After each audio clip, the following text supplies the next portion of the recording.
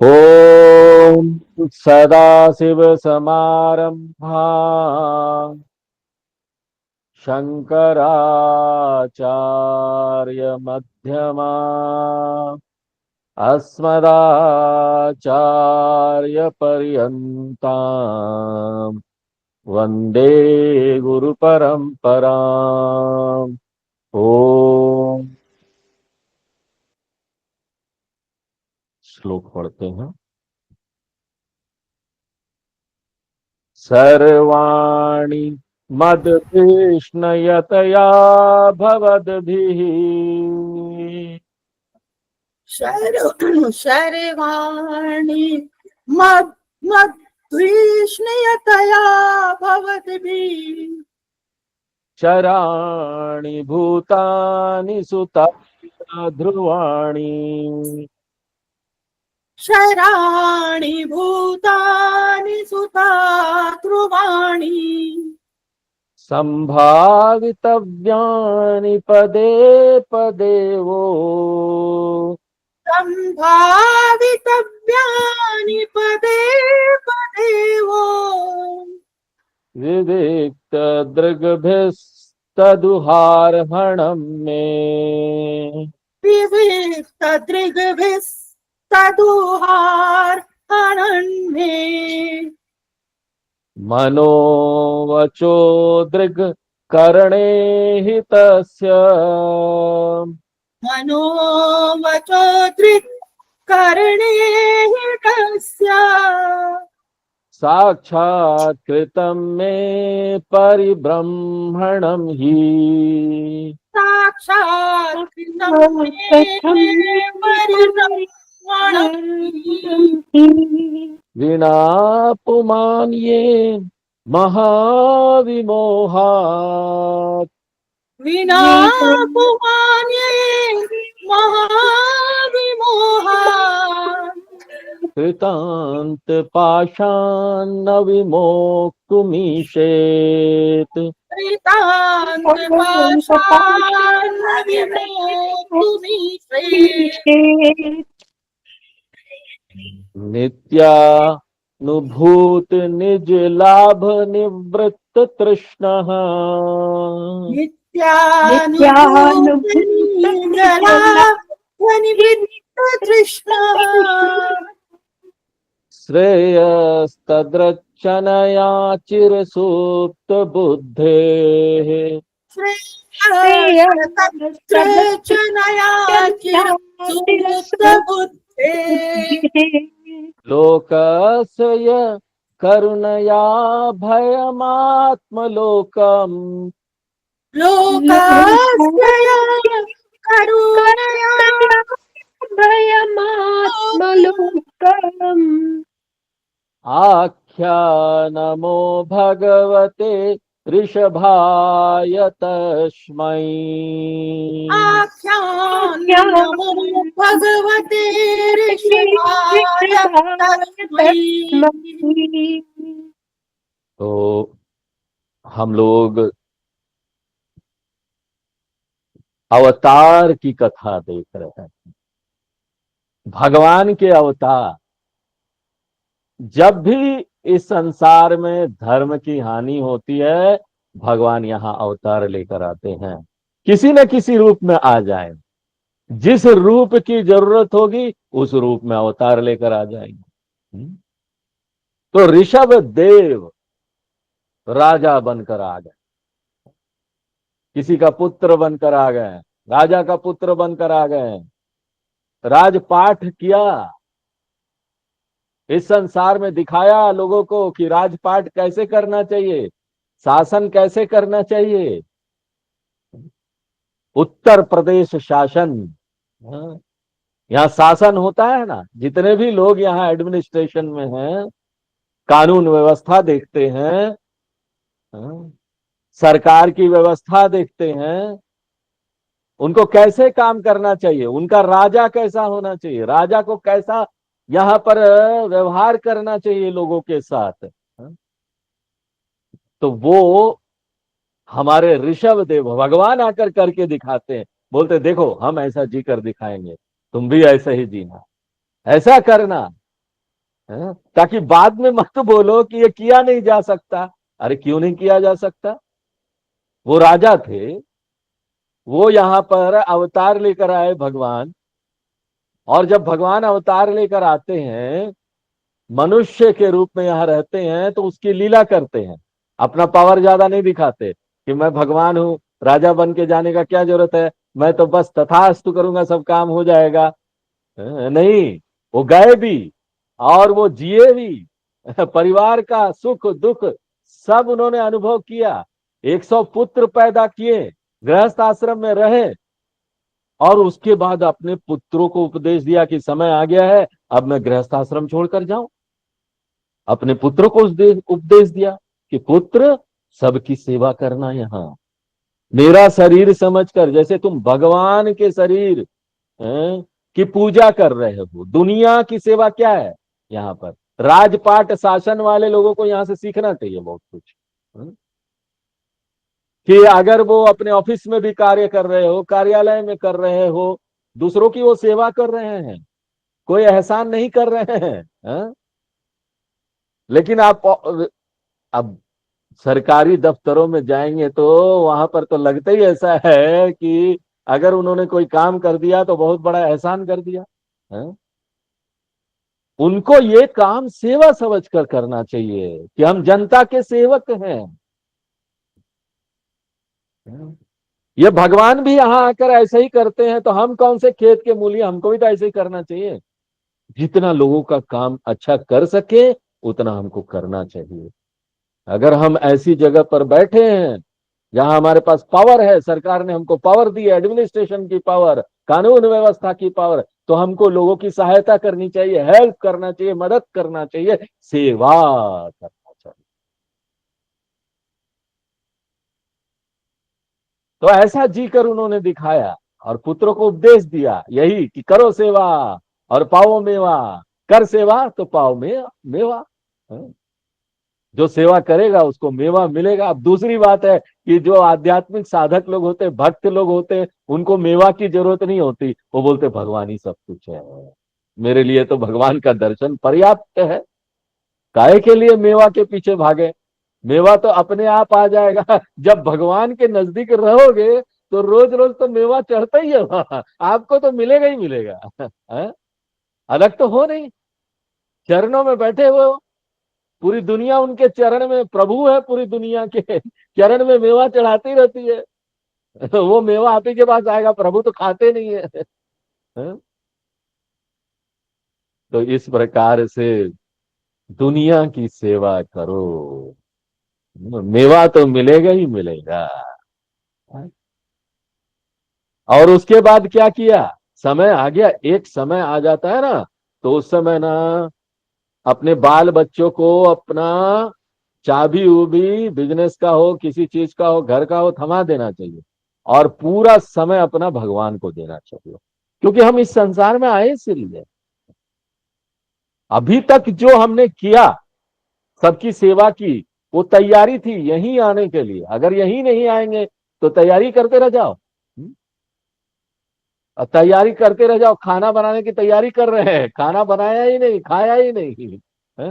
नहीं समझिए, आटा तो रख दिया, आटा भी रख दिया, आटा गूंद भी दिया, रोटी भी बना के रख दी, सब्जी भी अच्छा अच्छा बना दिया, सब रख दिया, अरे तो खाओगे कब?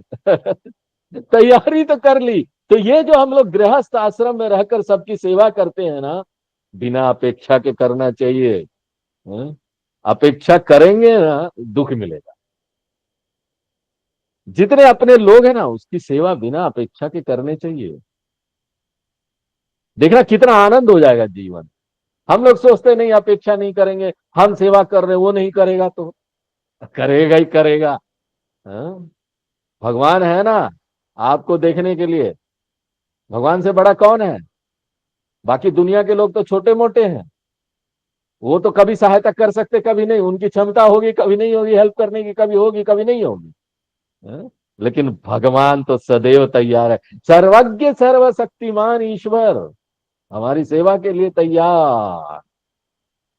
भक्त होना अनिवार्य शर्त है कि सेवा तभी मिलेगा जब भक्त हो। हम्म? तो इस प्रकार से सारा काम तैयारी हो गई। अब चलो भगवान के रास्ते में। अब वो तो ऋषभ देव थे, अवतार खुद ही भगवान, ज्ञानी थे, तो वो तो लीला करने आए थे, तो उनको दिखाना था कि इस तरह का सेवा करके जब जिम्मेदारी पूरी हो जाए, कर्तव्य पूरी हो जाए, तो क्या करना चाहिए। वो आए थे यहां पर ये दिखाने कि परमहंस अवधूत लोग कैसे जीते हैं यहाँ पर। चले गए जंगल में, नग्न अवस्था। ऋषभ देव जी दिगंबर अवतार थे। जैन लोग भी इनको मानते हैं, लेकिन जैन लोग बोलते हैं ये इंसान थे, ये राजा के बेटे थे, बाद में उनके तीर्थंकर हो गए। लेकिन हम लोग ऐसा नहीं मानते। हम लोग सनातन धर्म के जो लोग हैं, हम लोग बोलते हैं ऋषभ देव जी जो थे हमारे भगवान विष्णु के अवतार। हाँ? जगह जगह घूमने लगे आनंद में, क्योंकि वो जीवन मुक्त तो थे ही। जीवन मुक्त व्यक्ति को कैसे रहो, कहीं भी रहो, योग रतो व भोग रतो व संग विहीन, संग रतो व नंदती नंदती नंदती एव। हाँ? पेड़ के नीचे कमंडलू लेकर हाँ, ऐसे ही बैठ जाओ, उसमें भी आनंद है। कुछ नहीं है फिर भी चेहरा चमक रहा, आनंद। हाँ, नग्न अवस्था में हर जगह घूम रहे हैं। अब सब लोग तो पहचान नहीं पाते। देखो उस समय भगवान को भी सब लोग पहचान नहीं पाए। गंदे लोग होते थे जो उनको पत्थर मारते थे, हर जगह घूमते रहते थे, जंगल में शहर में कहीं भी चले गए, राजपाट छोड़ दिया, बच्चों को थमा दी चाबी, तो घूम रहे हैं आनंद में। कोई मतलब ही नहीं दुनिया से, कोई पत्थर मार रहा कोई मतलब नहीं, कोई गंदगी फेंक रहा गंदा फेंक देता था उनके ऊपर, थूक देता था लोग। अब सोचो, कोई असर नहीं, चेहरा वैसे ही तेज चमक रहा, अवधूत योगी भगवान ऋषभदेव। लोग कहीं चले जाते, लोग सम्मान करते, माला पहनाते किसी जगह, कोई फर्क नहीं है? मान हो सम्मान हो अपमान हो सब में सम है। यहाँ लोग ना जितना भी बड़ा हो जाए, भगवान भी आ जाते हैं उनका भी अपमान कर ही देते हैं लोग। हाँ? तो हम किस खेत की मूली है, बड़ा गुस्सा आ जाता है हमको, कोई अपमान कर देता है कभी तो इतना गुस्सा आ जाता है। कई लोग तो ना अपमान सह नहीं पाते, या तो दूसरों को मार देते हैं या खुद सुसाइड कर लेते हैं। हाँ? इतना खराब लगता है अपमान यहाँ तो भगवान को भी अपमान कर दिया है, तो क्या अपना अपमान से डरना, मान सम्मान से क्या हर्षित होना, सब आते जाते रहेंगे। इसलिए हमारे ऋषभ देव जी को कोई फर्क नहीं पड़ रहा था, भगवान अरे आनंद ही आनंद। बोलते हैं उनके शरीर से जो मल मूत्र निकलता था ना, उसमें भी रोज की खुशबू आती थी। वैसे ही गंदगी में पड़े रहते थे, उनको कोई परेशानी नहीं होती, दूर दूर तक उनकी खुशबू फैल जाती, ऐसे अवधूत। उसके बाद एक दिन जंगल में आग लगा और उनका शरीर भस्म हो गया। शरीर में अहंकार था नहीं, शरीर से बाहर थे वो तो। चल रहा है, चलने दो, एक गाड़ी है, शरीर क्या है, गाड़ी है, चल रहा है। जब तक चलेगा अपना ये ना, वो क्या बोलते हैं, एक्सपायरी डेट लेकर आता है। हाँ?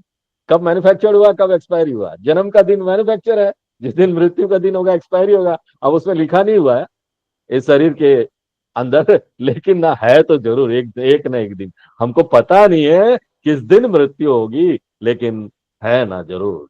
हाँ, मृत्यु तो होगी। तो इस प्रकार क्या है कि ना वो जलकर भस्म हो गया जंगल में, कोई देखने वाला भी नहीं। कई लोग बोलते देखो मरा तो कोई नहीं था, अरे क्या कोई नहीं था मरने के बाद कोई है या कोई नहीं है, क्या फर्क पड़ता है। मरने के बाद आपको लेकर गए कि नहीं, भैंसा कुंड वहां जलाया, मुखाग्नि दी कि नहीं, एक ज्ञानी को कोई फर्क नहीं पड़ता।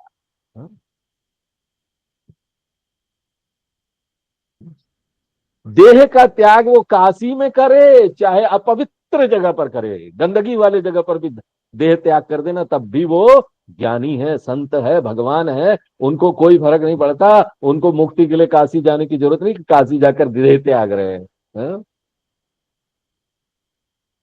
तनु त्यज्यताम काशयाम स्वपचस गृहे अथवा, गंदगी वाले जगह पर भी त्याग दे शरीर।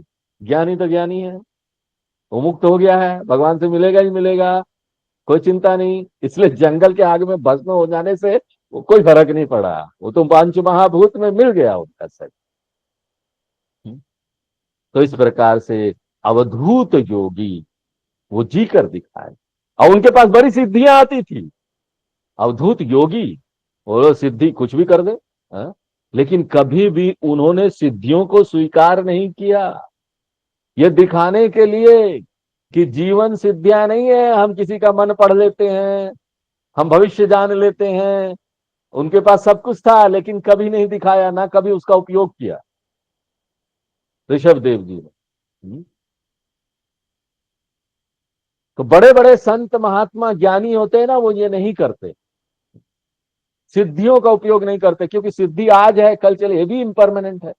सिद्धियां कभी परमानेंट तो रहती नहीं। एक सिद्धि वाला व्यक्ति है, किसी का मन पढ़ लेता, चलो कोई सिद्धियां हैं उसके पास। हमारे स्वामी जी के पास सिद्धि थी, वो जान लेते थे आगे क्या होने वाला है। कई लोगों को उन्होंने बताया लेकिन चुप रहते थे, सभी शिष्यों को नहीं बताते थे। वो बोलते थे इसलिए थोड़ी ना आए लोग मेरे पास, लोग मेरे पास वेदांत का ज्ञान के लिए आना चाहिए। मैं दिखाने लगूंगा सबको बड़ा सिद्धि है, पर पता चला आश्रम में इतना भीड़ लग गया, लंबा लाइन, सब लोग अपना अपना यहाँ पर प्रॉब्लम लेकर पहुंचने लगेंगे, लेकिन उससे प्रॉब्लम सॉल्व कहाँ होने वाला है। प्रॉब्लम सॉल्व तो एकमात्र इस ज्ञान से ही होगा, भक्ति से ही होगी। इसलिए मुझे इसका प्रचार करना चाहिए, अपनी सिद्धियों का प्रचार नहीं करना चाहिए। यही बात ऋषभ देव जी ने करके दिखाया, कोई सिद्धि स्वीकार नहीं की हमें। अब ऋषभ देव की कहानी यहां पर खत्म हुई, अवतार आए थे, अपना काम करके चले गए। अब आगे उनका जो ज्येष्ठ पुत्र था, हाँ, भरत, वो राजा बने। ज्येष्ठ पुत्र भी था और श्रेष्ठ भी था, दोनों था, बहुत श्रेष्ठ था, भगवत भक्त था, भगवान में भक्ति रखता था, और बहुत अच्छे प्रकार से उन्होंने राज्य भी किया। तो जो लोग भगवान में भक्ति रखते हैं और जो लोग हमारे शास्त्रों को जानते हैं, वो शासन बहुत अच्छा करेंगे, क्योंकि वो दूसरों को नुकसान कभी नहीं पहुंचाएंगे, दूसरों को भला करेंगे। बहुत अच्छे प्रकार से राज्य किया उन्होंने, जैसे उनके पूर्वजों ने किया, ऋषभ देव जी ने किया, बाकी लोगों ने किया। और उसके बाद क्या, अंतिम क्या है, राजपाट त्याग कर वन में वो भी चले गए, बोले बहुत हो गया, अब जो करना था हमने कर लिया, अब चलो वन में। वहां कंद मूल फल खाकर झोपड़ी आदि में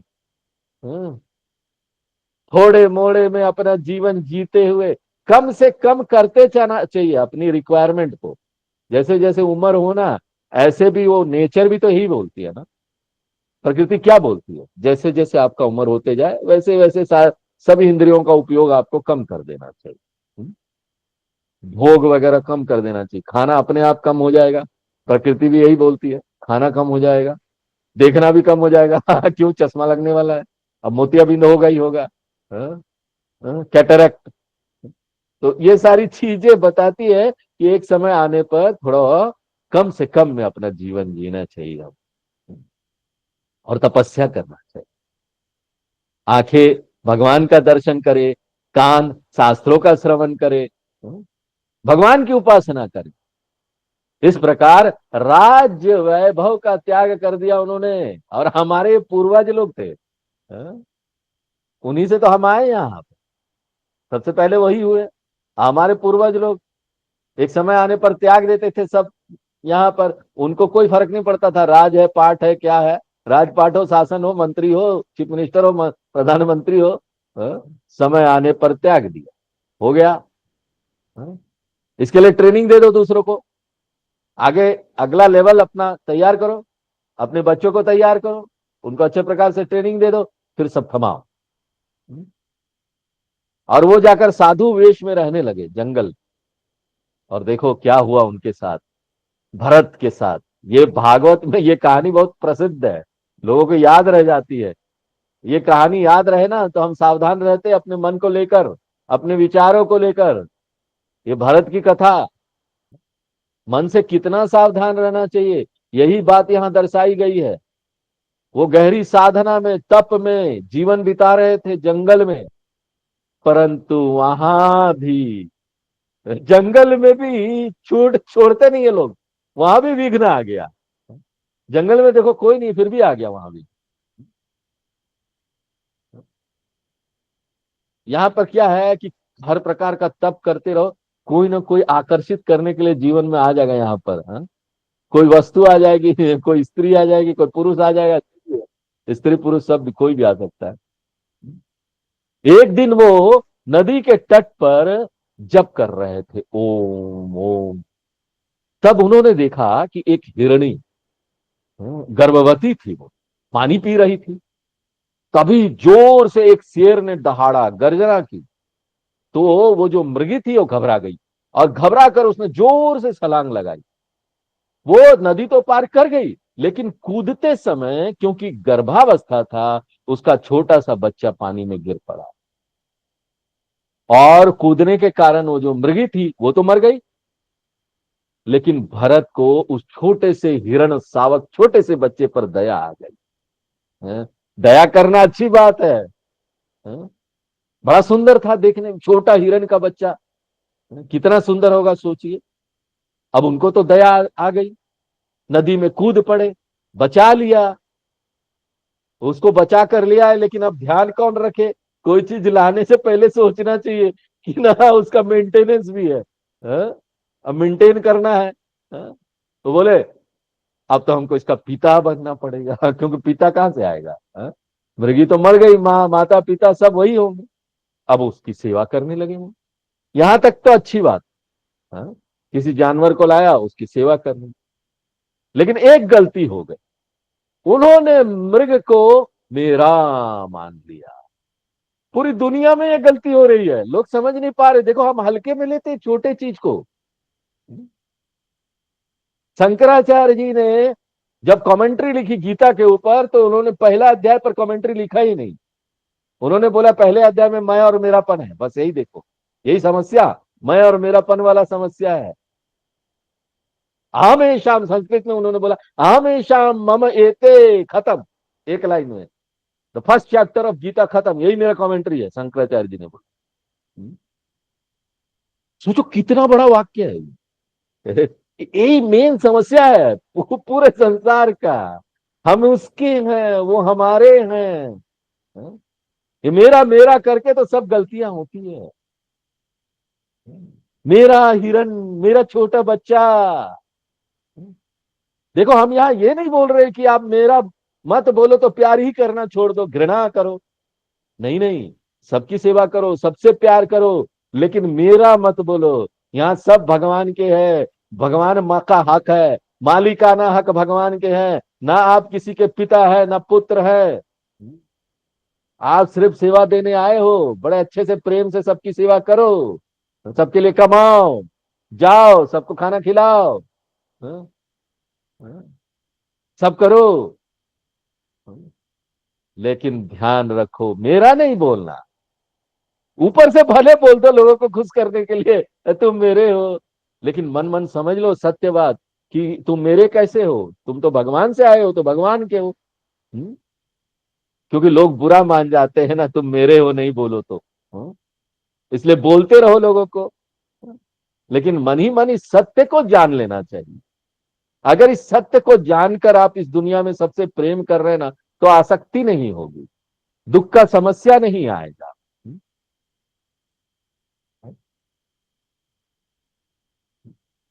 अपने आप को तो उन्होंने भगवान के चरणों में अर्पित कर दिया था, परंतु हिरण को क्या बोला, मेरा है, ऐसा मान लिया। अब ये भी कोई बात हुई क्या, आपने अपने आप को भगवान को दे दिया है, तो हिरण आपका कैसे हुआ। मैं भगवान, मैं आपका हूं लेकिन हिरण नहीं है। अरे कैसे नहीं हुआ। हाँ? ये ममत्व आ गया उनके मन में, ममता आ गई, यही गलती हो गया। हाँ? सेवा की, वो तो अच्छी बात, करो सेवा, लेकिन सेवा कैसा होना चाहिए? ममत्व रहित होना चाहिए। ममत्व रहित सेवा होगा ना तो हम अच्छे प्रकार से सेवा कर पाएंगे, क्योंकि हमारी बुद्धि चलेगी। बुद्धि चलेगी ना तो सेवा अच्छा होता है। अगर बहुत भावना में आप बढ़ बह जाओ ना, कितना सुख आ रहा है, मेरा बेटा, मेरा ये, मेरा वो, है, तो उस भावना में आप बह जाएंगे, वो ममत्व हो जाएगा ना। देख, ऐसा करके देखिए, देखिए बुद्धि बंद हो जाती, समझ नहीं पाते हैं क्या सही है क्या गलत है। सही गलत का जो पहचान है ना, वो खत्म हो जाता है। इसलिए ममत्व रहित होना चाहिए। एक ऐसे ही एक साधु महाराज थे, बड़े संत, पहुंचे हुए संत थे, विरक्त थे, उनको कोई फर्क नहीं पड़ता था दुनिया से। गांव के बाहर कुटिया बनाकर रहते थे, ममत्व रहित थे, वो ध्यान में रहते थे, और गांव में बहुत प्रसिद्ध थे, लोग उनके पास जाते थे मार्गदर्शन लेने के लिए। अब गांव में किसी परिवार की लड़की थी, और उसका किसी लड़के के साथ संबंध हो गया, वो गर्भवती हो गई। यह बात प्रकट हो गई, सबको पता चल गया गर्भवती है, बच्चे का जन्म हुआ। अब प्रश्न ये उठा कि शादी नहीं हुई तो बच्चा कैसे हुआ, किसका बच्चा है, कौन इसका पिता है। अब घबरा कर वो बेवकूफ लड़की ने क्या बोल दिया कि ये जो बाहर कुटिया बनकर महात्मा रहते हैं ना, कुटिया बनाकर, ये उनका बच्चा है। घबरा गई वो। हाँ? अब तो गांव वालों को आया गुस्सा। हाँ? बड़ा गुस्सा है। बोले, बनता तो बड़ा साधु संत है और ऐसा काम कर रहा है। उसकी बड़ी बदनामी हो गई उस साधु की। लेकिन उस महात्मा ने तो ऐसा कुछ किया नहीं था, वो तो निष्पाप था, उसको पता था वो निष्पाप है, उसने ऐसा काम नहीं किया। अब उस लड़की के घर वाले बच्चे को उस महात्मा के पास ले आए और बोले, देखिए महात्मा जी, आपने ये काम किया है, ये बच्चा इसलिए आपका है, आप संभालिए इसको। अब महात्मा ने ना कुछ नहीं बोला, उनको बोला, इन लोगों को बोलना बेकार है कि मेरा बच्चा नहीं है, मैंने कुछ नहीं किया, किसको किसको बोलोगे, समझाते चलोगे। महात्मा ने बोला, ठीक है भैया, रख दो यहाँ रख लिया बच्चे को। हाँ? महात्मा ने सोचा क्या क्या कहने से इनको लाभ होगा, समझ में आने वाले, हम कुछ तर्क देंगे, वो कुछ तर्क देंगे, देते रहो तर्क, करते रहो झगड़ा, अच्छी तरह ले आओ भैया, ले आओ, हम सबको संभाल ले। महात्मा ने बोला, मैंने तो कुछ किया ही नहीं, मन मन सोचा। हाँ? तो अच्छा है। हाँ? तो बच्चे को यहां रहने दो। अब उसकी बड़ी निंदा होने लगी चारों तरफ गांव में। अब उस निंदा की वो चिंता नहीं करता था। जो मन से हृदय से जानते हैं ना कि वो ठीक है, वो निंदा की चिंता नहीं करते। दुनिया वाले तो कहेंगे, दुनिया वाले तो निंदा करेंगे। और ये हम नहीं बोलते, ये शास्त्र नहीं बोल रहा है, ये तो फिल्म वाले भी जानते हैं ना। कुछ तो लोग कहेंगे, लोगों का काम है कहना। लोग तो कहेंगे कहेंगे, कुछ आप चुपचाप बैठ जाओ हाथ धर के, कुछ ना करो, चेयर में बैठे रहो, तब भी लोग बोलेंगे क्या बात है, चुपचाप बैठा हुआ है, कुछ अंदर चल रहा है, भीतर भीतर गड़बड़ कर रहा है ये तो फिर तो कुछ तो लोग कहेंगे, हम क्या कर लेंगे। तो हम अपना अंदर का जो आनंद है उसको दूसरे लोगों की सोच के लिए क्यों बिगाड़े, क्यों दुखी हो। इसलिए आनंद में रहो। अगर सत्य हो, मन से, हृदय से सत्यता के साथ चल रहे हो, मर्यादा के साथ चल रहे हो, तो कौन क्या बोलेगा उसकी चिंता मत करो। अब उन्होंने बच्चे का बड़ा अच्छा देखभाल किया, बच्चे को दूध पिलाते, उसकी सेवा करते, उसका देखभाल करते। इस प्रकार बहुत समय बीत गया। अब उस लड़की ने तो किया था गलत काम। अब उसने देखा कि महात्मा को सब लोग इतना गंदा गंदा बोल रहे हैं, अपशब्द बोल रहे हैं, अपशब्द बोल रहे हैं, गालियां दे रहे हैं, लेकिन महात्मा के मन में गांव वालों के प्रति एक एक ना बूंद भर भी घृणा का अंश नहीं था उनके मन में। उनके मन में कोई विकार भी नहीं था, उनके मन में कोई दुख भी नहीं था, उनके मन में कोई क्रोध भी नहीं था। अब ये सब देखकर तो लड़की से रहा नहीं गया। देखो, आदमी चुप रहकर भी दूसरों को बदल सकता है ना। हाँ? महात्मा ने कुछ नहीं बोला, लड़की को भी उसने बुरा भला नहीं बोला, जिस लड़की ने गलत इल्जाम लगाया था उसके ऊपर। वो जाके नहीं बोले मैं तुमको कोर्ट में ले जाऊंगा, मैं तुमको थाने में ले तुम गलत इल्जाम लगाती हो मेरे ऊपर, कुछ नहीं, चुपचाप रहे, चुपचाप सेवा की। और देखो उसका मन बदल गया, ये देखकर लड़की ना बहुत व्यथित हो गई, उससे रहा नहीं गया। उसने अपने पिताजी से कह दिया कि पिताजी, मैंने आपसे गलत बात कही थी। ये तो बड़े महात्मा है, निष्पाप महात्मा है, उनका इसमें कोई हाथ नहीं है। अमुक व्यक्ति के साथ मेरा संबंध हुआ था। अब तो ना घर वाले बड़े पछताने लगे, उनके पूरे जैसे सब चीज पर पानी फिर गया हो।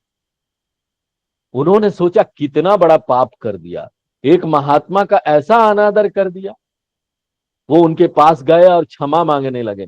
उन्होंने कहा महाराज जी, हमसे बड़ा अपराध हो गया है। हा?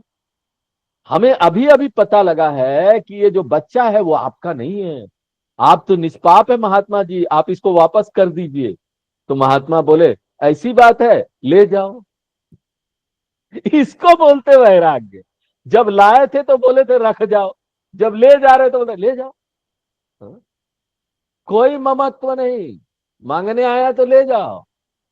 ये नहीं बोला कि नहीं नहीं मैंने दूध पिलाया, मैंने इतनी सेवा की, अब आश्रम में शिष्य की जरूरत है, करूंगा नहीं, ये मेरा शिष्य है, ये यहीं रहेगा ना, कुछ नहीं, मैं इसको शिष्य बनाऊंगा ना, कुछ नहीं कहा। आ गए तो वेलकम, चले गए तो भीड़ कम। जूना अखाड़ा के मुखिया है, हाँ? अवधेशानंद गिरी जी, बड़े सुंदर तरीके से बोलते हो। आ गए तो वेलकम, एक सन्यासी के लिए ऐसे ही जीवन होना है। आ गया तो वेलकम। कोई भी आपके यहाँ अतिथि आता है, कोई मिलने वाले आते हैं, बड़ा स्वागत सत्कार करो, खिलाओ पिलाओ जो खिलाना है। और जब जाने लगे तो दुखी मत हो चले गए तो ये सोचो कि भीड़ कम हो गया, अब भगवान की साधना आप कर सकते हो। तो इसलिए आ गए तो वेलकम, चले गए तो भीड़ कम। लेकिन भरत जी ने ऐसा नहीं किया। भरत जी की साधना, भगवान का नाम स्मरण सब उन्होंने कम कर दिया। क्यों? तो हिरण के बच्चे के सेवा करना है ना। जब भी जप करते थे तो उनको चिंता लगी रहती थी, अरे मेरा हिरण का बच्चा सावक खाया कि नहीं खाया, ठीक तरह से बैठा है कि नहीं बैठा है। हा? हा? अब उनकी ऐसी दशा हो गई कि हर वक्त ना भगवान के बदले उनका मन अब सावक में लगा हुआ रहता था। सावक कहीं चला जाएगा तो क्या होगा, कहाँ गया होगा, वापस आएगा कि नहीं शाम को। हाँ? स्कूल गया, स्कूल बच्चे स्कूल जाते हैं, सावक स्कूल नहीं गया। हाँ? अब उसके बिना वो रोने लगते थे, अरे मेरा हिरण कहाँ गया, शाम तक अभी तक आया नहीं, छोटा सा सावक मेरे बिना कैसे रहेगा, कोई शेर तो उसको आके नहीं खा गया। होता है माँ बाप को, कभी बच्चे शाम को टाइम पे स्कूल से घर नहीं आते ना, उनको मन में बड़ा उल्टा सीधा बात सब आने लगता है, कहीं मेरे बच्चे को किसी ने किडनैप तो नहीं कर लिया, आधा घंटा हो गया, स्कूल का समय 5 बजे का था, 5:30 हो गया है। ये सब बड़े खतरनाक बातें सब मन में आने लगेगी। हाँ? कोई शेर तो नहीं खा गया होगा, कहीं गिर तो नहीं गया होगा, कोई शिकारी आकर शिकार तो नहीं कर लेगा। हाँ? जमीन धन्य है जिसके ऊपर वह चल रहा होगा। सोचो एक योगी आदमी का क्या हाल हो गया, उस हिरण के शावक के लिए बोल रहा हूं जमीन धन्य है जिस पर वो चल रहा होगा। ऐसी उठपटांग बातें वो करने लगा। मोह और ममता क्या करा दे व्यक्ति से, वो बोलने लगता है मेरा जीवन तो व्यर्थ है, इसके बिना मैं जी नहीं सकता, my dear dear, come here my dear dear dear कहकर रोने लगा। हाँ? स्वामी शिवानंद जी ने एक बड़ी सुंदर भजन बनाई, अंग्रेजी और हिंदी को मिक्स करके। Come here my dear Krishna Kanhai, मैंने तेरे लिए हृदय अंदर बिल्डिंग बनाई। लेकिन भरत जी के लिए क्या हो गया, come here my dear dear, मैंने तेरे लिए हृदय अंदर बिल्डिंग बनाई, उल्टा हो गया, भगवान को छोड़ दिया, डियर को पकड़ दिया, उनके लिए डियर डियर हो गया। हाँ? हम लोग हंस सकते हैं इस बात पर, लेकिन आप सोचिए भरत जी का क्या हाल हुआ होगा। वो तो रोने लगते थे, उनका रोना सोचिए कैसा हुआ होगा। साधना करते करते ऐसी आसक्ति हो गई। होता है, हमको समझना चाहिए कि ये मन बड़ा खतरनाक है, सब कुछ मन है। मन ही बंधन का कारण है, मन ही मोक्ष का कारण है। हमारे पूरे शास्त्र, वेद, वेदांत, पुराण, ये सब मन के ऊपर ध्यान देते हैं, मन को ठीक करने पर ध्यान देते हैं। हम्म? इसलिए मन में कोई गलत विचार कभी आए ना, तो उसको तुरंत ही दबा देना चाहिए। उसी समय पहला विचार, पहला धार, ये आता ना, एक धार, पहला धार, पहली जो बूंद आई, बूंद बूंद से सागर बनता है। अगर वो बूंद मन में चलता रहा, आप उसी पर विचार करते रहे, जो गंदे विचार मन में आ रहे, चलता रहा चलता रहा चलता रहा, तो इतना बड़ा सागर बन जाएगा ना, आप उससे लड़ भी नहीं पाएंगे। और जब किसी से कोई लड़ नहीं पाता है ना, तो उसका दोस्त हो जाता है। फिर हम जस्टिफाई करने लगते, तर्क निकालने लगते, नहीं मैं तो ठीक सोच रहा हूं। क्या आप ठीक सोच रहे हो? आप लड़ नहीं पा रहे हो। वो गलत विचार अब सागर हो गया है, बाढ़ बन गया है, बहा ले जाएगा। इसलिए उसको निप इन द बड करना चाहिए। अंग्रेजी में कहावत है, निप इन द बड, यानी कोई समस्या है तुरंत ही उसका समाधान निकाल के उसको खत्म करो, नहीं तो वही बड़ा समस्या बन जाएगा और बाद में हम मुझको रोक नहीं पाए। आश्रम में भी हम लोग जाते हैं वेदांत सीखने के लिए। हम्म, आश्रम वगैरह में, ऋषिकेश, हरिद्वार, वहां भी किस चीज से आसक्ति हो जाए पता नहीं। आश्रम में भी लोग ना अपने माता पिता को छोड़ आते हैं और दूसरे किसी को माता पिता बना लेते हैं, और उनके लिए ब्रह्म को छोड़ने के लिए तैयार हो जाते हैं। देखो सन्यासी तो वो होते हैं ना, जो भगवान के लिए संसार को छोड़ दे। वो नहीं होते जो ना संसार के लिए भगवान को छोड़ दे। हाँ? संसार के लिए भगवान को नहीं छोड़ना चाहिए, हमको दोनों को समय देना चाहिए, टाइम देना चाहिए। हाँ? थोड़ा पूजा पाठ जीवन में रहना चाहिए, थोड़ा ध्यान वगैरह जीवन में रहना चाहिए। थोड़ा समय निकालिए। पूरा दिन बिजी बिजी बिजी सेवा का तो ठीक है, बस सेवा भी कीजिए, लेकिन साथ में हमको भगवान के लिए थोड़ा अलग समय निकालना चाहिए, शास्त्रों को पढ़ने के लिए थोड़ा अलग समय निकालना चाहिए। हाँ?